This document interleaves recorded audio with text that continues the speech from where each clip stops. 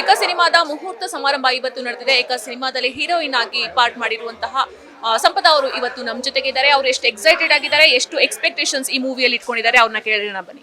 ಏಕ ಸಿನಿಮಾದ ಮುಹೂರ್ತ ಸಮಾರಂಭ ಇವತ್ತಾಯ್ತು, ಸೊ ಎಷ್ಟು ಎಕ್ಸೈಟ್ ಆಗಿದೆ? I am very happy. I am feeling a lot of gratitude. ಒಂದೊಳ್ಳೆ ತಂಡದ ಜೊತೆ ಕೆಲಸ ಮಾಡೋ ಅವಕಾಶ ಸಿಕ್ಕಿದೆ. So just very happy.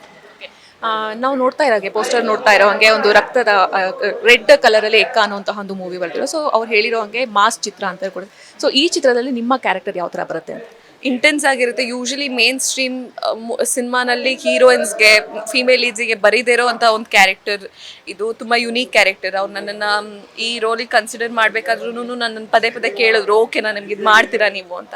So ಅಷ್ಟು ಯುನೀಕ್ ಆಗಿ, ಕಾಂಪ್ಲೆಕ್ಸ್ ಆಗಿ, ಇಂಟೆನ್ಸ್ ಇರುತ್ತೆ. ಮೂರು ಪ್ರೊಡಕ್ಷನ್ ಹೌಸ್ ಜೊತೆಗೆ ನೀವು ಕೆಲಸ ಮಾಡ್ತಾ ಇರೋದು, ಆಬ್ವಿಯಸ್ಲಿ ದೊಡ್ಡ ದೊಡ್ಡ ಪ್ರೊಡಕ್ಷನ್ ಹೌಸೇ ಅದು. ಸೊ ನಿಮ್ಮ ಮೇಲೆ ಎಷ್ಟು ಪ್ರೆಷರ್ ಇರುತ್ತೆ ಮತ್ತೆ ಅದನ್ನು ಎಷ್ಟು ಚಾಲೆಂಜಿಂಗ್ ಆಗಿ ತಗೊಂಡ್ರಿ ಅಂತ? ಪ್ರೆಷರ್ ಇರುತ್ತೆ ಖಂಡಿತವಾಗ್ಲೂ. ಯಾಕಂತಂದರೆ ಹೊಸ ಟ್ಯಾಲೆಂಟ್ನ ನಂಬಿ ಅವರು ಒಂದು ದೊಡ್ಡ ಕ್ಯಾರೆಕ್ಟರ್ನ ಕೊಟ್ಟಿದ್ದಾರೆ. ಸೊ ನಾನು ಅದನ್ನು ಉಳಿಸ್ಕೊಳ್ಳೋದಷ್ಟೇ ನನಗೆ ಮೈಂಡಲ್ಲಿರೋದು. I should just do my best ಅಷ್ಟೇ.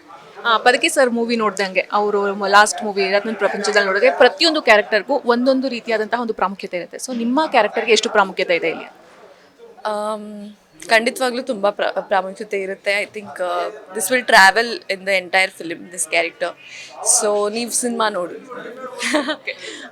ಯುವ ಅವ್ರ ಜೊತೆಗೆ ನೀವು ಮಾಡ್ತಾ ಇರೋದು, ಯುವ ಅಂತಂದರೆ ಆಬ್ವಿಯಸ್ಲಿ ಕರ್ನಾಟಕದಲ್ಲಿ ಯೂತ್ ಐಕಾನ್ ಯೂತ್ ಅಂತ ಹೇಳ್ತಾರೆ. ಸೊ ಅವರ ಜೊತೆಗೆ ಕೆಲಸ ಕೆಲಸ ಮಾಡುವಂತಹ ಒಂದು ಎಕ್ಸೈಟ್ಮೆಂಟ್ ಎಷ್ಟಿದೆ?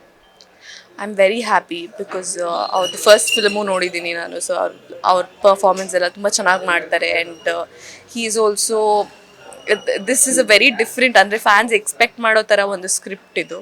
So I am sure he'll do great in this. As I told, ಮೂರು ಪ್ರೊಡಕ್ಷನ್ ಹೌಸ್ ಇರೋದ್ರಿಂದ ಆಬ್ವಿಯಸ್ಲಿ ಇದು ಬಿಗ್ ಬಜೆಟ್ ಸಿನಿಮಾನೇ ಇರುತ್ತೆ. ಸೊ ನಿಮ್ಮ ಕಡೆಯಿಂದ ತಯಾರಿ ಯಾವ ಥರ ನಡೀತಾ ಇದೆ?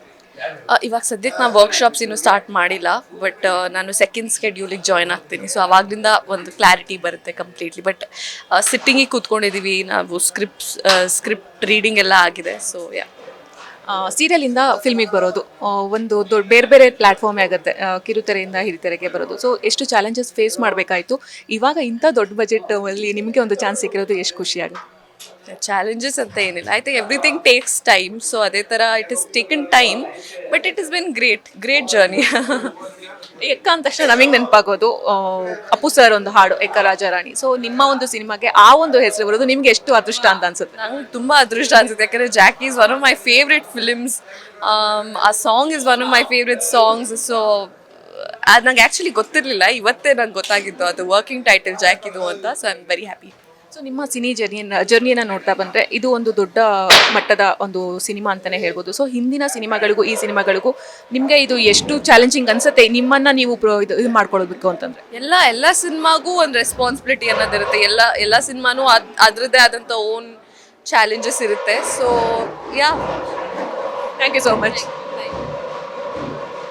ಎಸ್, ಇದು ಸಂಪದ ಅವರು ಮಾತಾಗಿದ್ದು. ಎಲ್ಲ ಫಿಲ್ಮನ್ನು ಚಾಲೆಂಜಿಂಗ್ ಆಗಿ ತೆಗೆದುಕೊಳ್ತೀನಿ ಅಂತ ಹೇಳ್ತಾ ಇರೋದು. ಎಕ್ಕ ಸಿನಿಮಾ ರಿಲೀಸ್ಗೆ ಯಾವ ಡೇಟ್ ಕೊಡ್ತಾರೆ ಅದೇ ಡೇಟ್ಗೆ ರಿಲೀಸ್ ಮಾಡ್ತೀವಿ ಅಂತ ಕೂಡ ಎಲ್ಲರೂ ಹೇಳಿದ್ದಾರೆ. ಕ್ಯಾಮ್ರಾ ಪರ್ಸನ್ ಲೋಕೇಶ್ ಜೊತೆ ವೈದೇಹಿ, ಬೆಂಗಳೂರು.